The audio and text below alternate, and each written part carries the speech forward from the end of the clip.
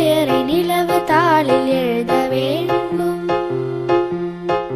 சர்க்கரை தமிழள்ளி தாலாட்டு நாள் சொல்லி வாழ்த்துகிறோம். பிறந்த நாள் வாழ்த்துகள்.